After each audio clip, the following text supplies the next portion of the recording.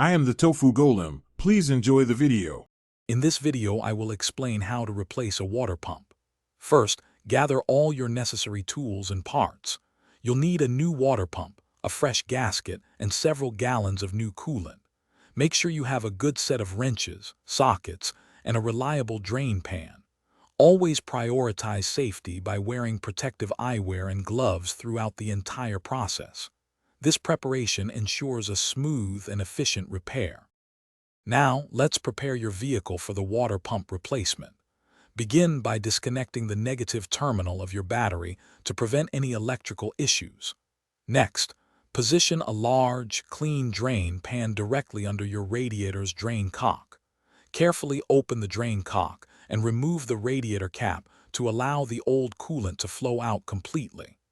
This step is vital for a clean and safe working environment.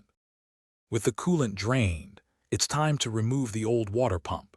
You'll need to detach any accessory belts, hoses, or other components that are blocking access. Carefully unbolt the old pump and gently pry it away from the engine block. Before installing the new pump, meticulously clean the mounting surface to ensure a perfect seal. Then, position the new gasket and secure the new water pump, tightening all bolts to the manufacturer's recommended torque. Finally, let's get your vehicle back on the road. Reconnect all hoses, belts, and the negative battery terminal. Slowly refill the cooling system with the correct type and amount of new coolant.